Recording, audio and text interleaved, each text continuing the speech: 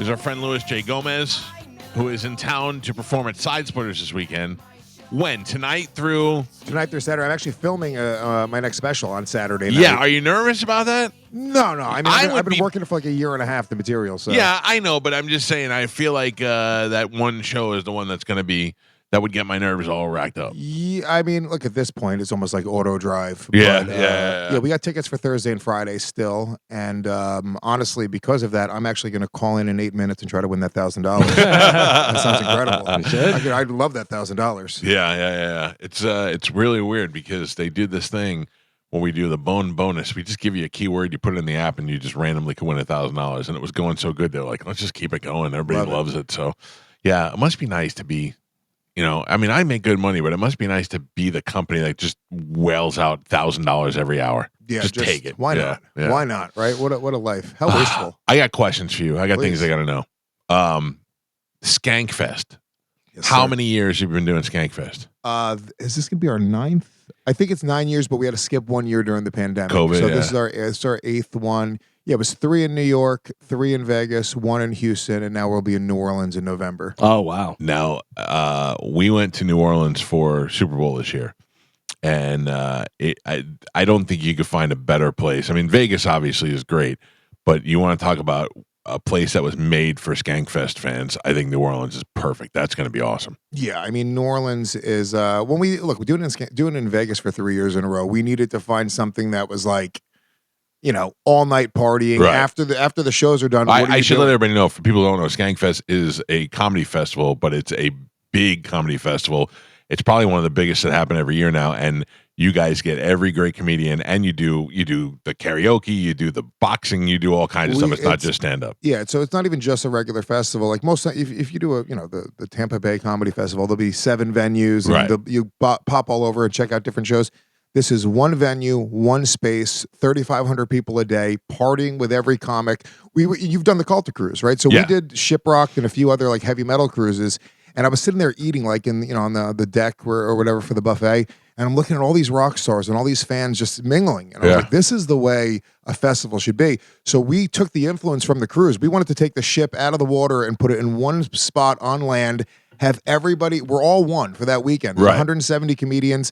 I mean, the biggest comics in the world: Shane Gillis, Tim Dillon, Doug Stanhope, Mark Norman, obviously Bobby Kelly, the Legion of Skanks. Saget used to do it. Yes, I mean, literally, we've had Louis C.K., we've had everybody. If you look at the lineup, it's legitimately like unbelievable. Like nobody has a lineup like Skankfest, and it's even more than the shows. You're just partying. It is a counterculture festival. Everyone's getting messed up. I mean, it is like if you come to Skankfest, plan 2 or 3 days afterwards to recover. Right. It's a legit party. I feel like I want to go. I mean, like I definitely have to come. No, I Come, dude. want to go, but I also feel like, for some reason, I think maybe because you and I used to fight, I feel like your listeners hate me. No, they don't at all. I think they do, and that's all right. I don't mind getting a little hate every once in a while. I just feel like at Skankfest, it's general population in prison, like I can get shanked easily. No. We had Brendan Schaub come last year, and he said the same thing, dude. He brought his brother, who's like another big dude. He was like, dude, I need to bring backup just in case these fans start jumping me. And they loved him. Whitney Cummings, who was like a hated figure in like the Legion of Skanks community, just because they all hate women. Right. They hate successful. If you're a successful woman, my fan base is not going to like you. Yeah. And she came out and she just busted balls with us. She showed up on the podcast and was giving it back to us just as hard as we were giving it to her. And she won everybody over. They loved her. So there's a difference. The internet, everyone's got huge balls on the internet. Sure. You can click a button. If you're doing this, I'll write crazy stuff on the internet if I'm just tapping my fingers. But when I'm standing in front of somebody, it becomes a much different thing. Yeah. And it's even the people that do half my fan base hates. If you go to my Reddit, if you look at what they say about me, my son, he's gay, according to my Reddit. Good for you, kid. it's a better way to be in 2025. So Reddit is one thing that I never read the comments on. I don't want to get frustrated. I'm sure it's there, but I do every once in a while. I'll read something from Bobby's Reddit that'll come up where everybody hates me on there, and I'm like, oh, it is what it is. I don't mind. There's a part of me that wears that like a badge a little bit. If you type in Bobby Kelly on Reddit, you'll have days of pages to just read hate on him. My head's getting hot as I think about it. I feel nervous even mentioning it. Yeah, it's so funny. I don't understand. And then you're right. And then you see these people and they're like, "Oh no, you're cool." They love you in person. And it's the reality is hate is just, one or two steps away from them loving you. Sure. Right? They know you. To be not known is a much bigger problem in the world of entertainment and the world of comedy than to be hated. And people, it's like ebbs and flows. They'll go from hating you one month to liking you the next month. My fan base, people that are hearing me for the first time right now, right? Whatever it is about my voice, it just irks people. People hearing me for the first time, they're like, dude, I hate this guy. Yeah, and then there is something very hateable about you. Yeah, that was literally when exactly I met you. Yeah. That was the it. You're like, dude, I hate this guy. And then I whittle them down slowly but surely. Yeah, because you're not a bad guy. No. You're not a bad guy. I just come off like one. No, not even that. So I remember I was observing Bobby Kelly's podcast, and it was Dan Soder and Joe List and Bobby, and you were the only one I didn't really know. Not as a comedian, I didn't know as a person. You know what I mean? And you were the loudest and most, but that was your thing, and I didn't know that yet. I didn't really understand you yet. I didn't really hate you. I was like, shut up, you know what I mean? But then I kind of got to know it, and you appreciate. You want that guy disrupting things every once in a while. You need somebody to shake things up. Yeah, and that's what I've always tried to be. And also, when we met, it was a decade ago, maybe, right? I was super young in broadcasting. I didn't really know the nuances and the ins and outs of shutting up when somebody else is about to speak. Right. So I get it. But that's sort of my plus I'm doing a radio show and there's a podcast with 5 people. It works a little bit differently, you know? Very, very different. So, but yeah, I mean, typically the way it works is people hear me for the first time, they hate me. Then they go, oh, I kind of get it. Like that. I get why some people would like him. Then within a year, people are like, I love this guy. He's the reason that I listen to any of these shows. That's a disruptor, a guy who makes things uncomfortable. You want that guy. Yeah, I'm good at dancing with other people. Yeah. That's what it is. When it's just me on my own, it's, I got 2 left feet. But if I have a good crew of people with me, I'm pretty good. And how many times do you have people meet you in person and say, oh, I said this about you, and I was just having a bad day? Every person that I meet is like, dude, I hated you. Yeah. But just so you know, I really love you now. It's a wild trajectory for my fan base. Do you remember I tweeted to you I was going to kill you if I ever saw it? I was just kidding. But yeah, it's very, I mean, like, you're right. There are people that will post, every day just evil crap about you and your family. Just, I hate you so much if I ever see it. And then they meet you. We have thousands of people at Skankfest every year. We haven't had a single fight. No. And the fan base is like so loving. It's like a festival of love. People come together and they all look like they're, metalheads. They're all wearing black and leather and they have piercings and they smell and everyone's on kratom. But the reality is like it's just the most loving fan base in the entire world. If you came out, you would walk away from it going like, wow, what an experience. When is it? It's November 14th or 16th. I'd like to do that. Come, dude. I swear to God, we'll set you up. Because I could drive out there. I mean, I could take the Sprinter out there and make Tom drive us around. Yeah, we're not that far. Yeah, you guys aren't far at all. Yeah. Well, look, I hear nothing but great things. And the other good thing is that Lewis, being on all these podcasts, doing all this stuff, also a very funny stand-up comedian. Thank you. And chose to do why Side Splitters? Everybody loves Side Splitters. It's just one of the best clubs in the country. Yeah, I go in Side Splitters. I'm like, look at this dingy, just low ceilings. But that's and everybody's what you like, want. that's exactly what you want. That's what a comic wants. You want low ceilings, tight. Everyone's packed close to the stage. Yeah. Tampa is also like, we get it. It's like kind of blue collar, a little like white. Even the people that have money down here are white trash. Yeah. Like it's like this just like the energy. They don't get offended by anything. No. They want to laugh at like edgier stuff. So when I was looking at where I wanted to, I've done 2 specials in New York, and this is my first time doing it out of New York. And Side Splitters has always been great to me. It's a great venue. They're changed. They painted it for me. They're like a whole completely different background. It's gonna look really cool. And Bobby Kelly's actually directing the special. Now you put the faith in Bobby Kelly. Does he have any sort of credentials whatsoever to make you think he knows what he's doing? I thought he did until I went to his Reddit. And I was like, you know what? This is not a good idea. By the way, we got to see if he can pay for the painting there by giving away the $1,000. Yeah, all right. Let's do it. Go ahead, Carmen. The Mike Calta Summer Vacay Payday. This hour's keyword is...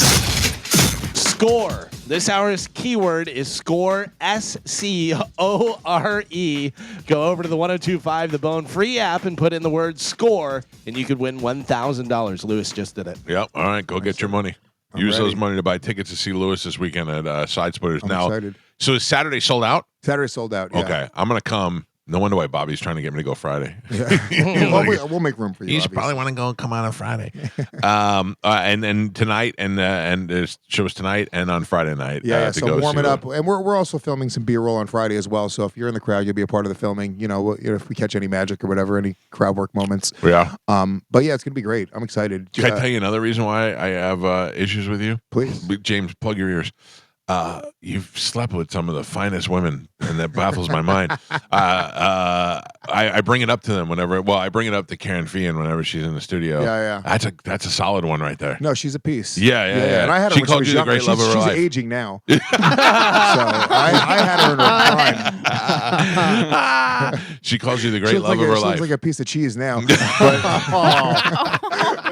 But back when I had her, she's a trooper, man. She's the best. And she kills it with the hilarious. OnlyFans and all that. I love that she just like I told her, I'm like, I can't. I mean, I'm a married guy.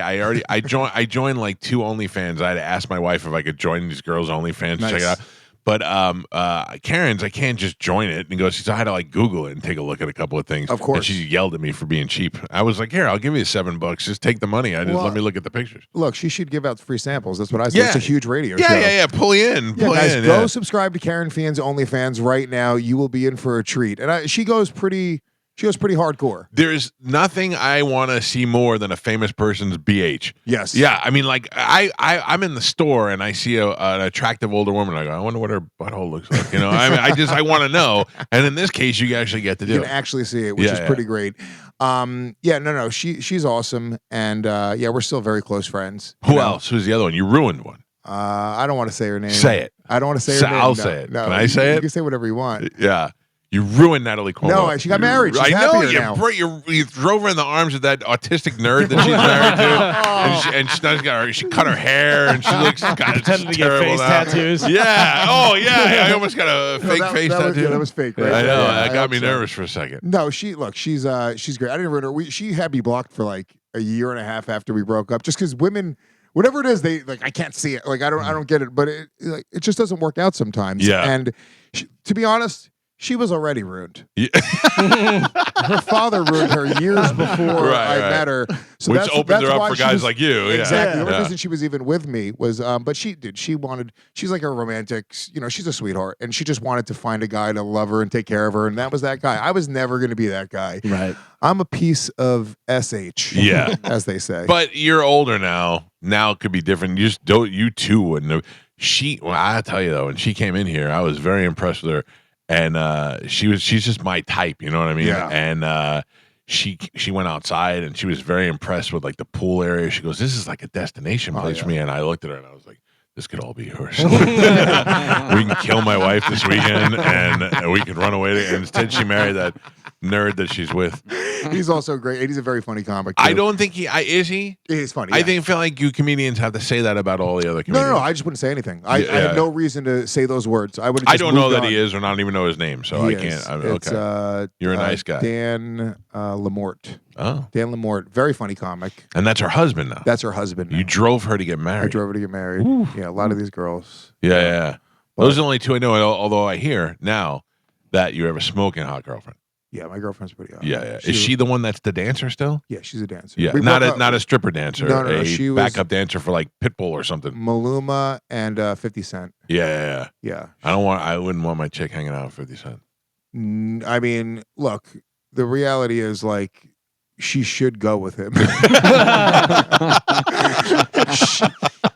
At least you know. The reason I'm never going to marry her is because she's stupid and wouldn't take the opportunity to be with him. I was like, what an idiot. I'd be with 50 Cent over her. You out of your mind? She's super cool. She's actually coming tonight, and she's going to be hanging out. So you'll meet her this weekend. How long you been with her now? We just got back together a couple months ago. We broke up for like 10 months. What'd you do? No, that's what she did. Nobody did anything. No, please. I would never be with a girl that cheated on me. Yeah. No, she just wasn't.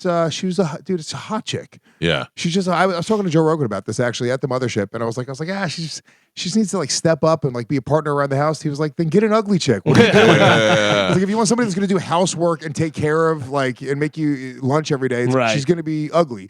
If you want a smoking hot background dancer for 50 cent, you're going to be having to get a maid. That's hire a maid. Yeah, get a maid. That's why I feel like I hit the jackpot. I got my wife is pretty.